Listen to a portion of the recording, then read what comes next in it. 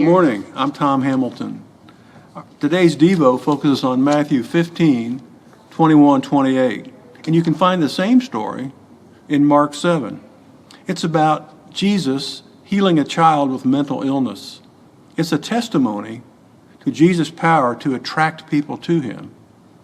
It's telling people about Jesus and Jesus offering his saving grace to people of all backgrounds. Our story begins about 2 years into Jesus' ministry. He's been working in Capernaum in the northern part of Palestine with his disciples and decides to go west to Sidon and Tyre. It's about 50 miles, and he's walking. These villages are located in the Gentile area where no Jews live. The fact that Jews were forbidden to travel there because it was unclean, and they would become unclean. Jesus knew this, and he went anyway. Jesus' activity was well known in the Gentile region, so much so that Gentiles, in this case a Canaanite woman, a mother, sought him out as he passed by. Remember, the Canaanites were the pagan occupiers of Palestine when the Israelites showed up. She was upset, emotional, crying to Jesus about her daughter. Her child was severely oppressed by a demon.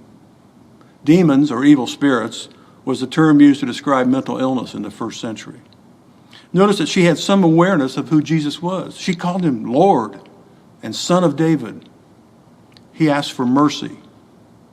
Mercy is what one receives in place of justice. She knew she had done something wrong. She's a Canaanite, a pagan, asking for mercy. Something had happened to her. At this point, she's not asking for healing. The disciples with Jesus took offense and begged Jesus to send her away. Perhaps they were nervous about being in a foreign territory or worried about becoming ceremonially unclean. In any case, they were not interested in sharing Jesus with this distraught mother. Jesus answers her request with a statement. I was only sent to the lost sheep of the house of Israel. Jesus is pointing out his role as a Messiah for the Jews, God's covenant chosen people. The mother was not deterred. She knelt before him in submission and worship, asking for Jesus' help. Jesus' response is curious, and Mark's version provides a clearer picture of the meaning.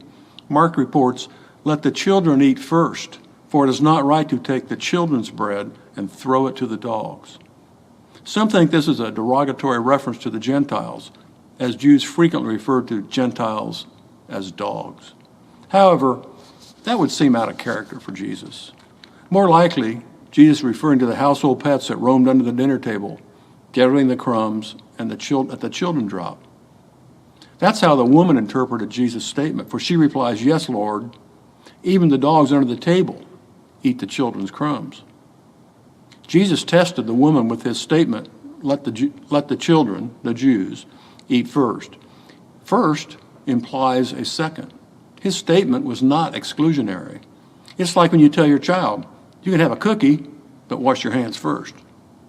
The woman responds with the dogs, eventually, get the crumbs. She is pointing out it doesn't have to be now. It can be Jews first, Gentiles later. First century listeners would know that the time between the children eating and the dogs getting the crumbs under the table is very short. In fact, simultaneous. Jesus is foreshadowing the acceptance of the Gentiles into the family of God. Jesus is clearly pleased with her interpretation of the message. He proclaims she has great faith, declares her daughter cured, and sends her home. So what's the application of this story for us in 2019? One application might be, are we going to be disciples or Jesus when we encounter non-believers? The disciples wanted to send her away. They couldn't be bothered telling Jesus' story to a Gentile. Jesus tested her and found great faith. Second, we must be ready to tell the gospel story when the opportunity presents itself. Jesus' reason for the journey to Sidon are unclear, but he was ready when the woman asked for help. Third, are we willing to go into Gentile areas to tell the gospel story? Whether it's the checkout line at Publix or a mission trip to another country, when the opportunity presents itself, we're called to be like Jesus and tell the story. It's really a simple story. Christ died so we can live. live a life more abundant on earth, and live forever with him in eternity. I hope you have the opportunity to tell the story today. Let it be so.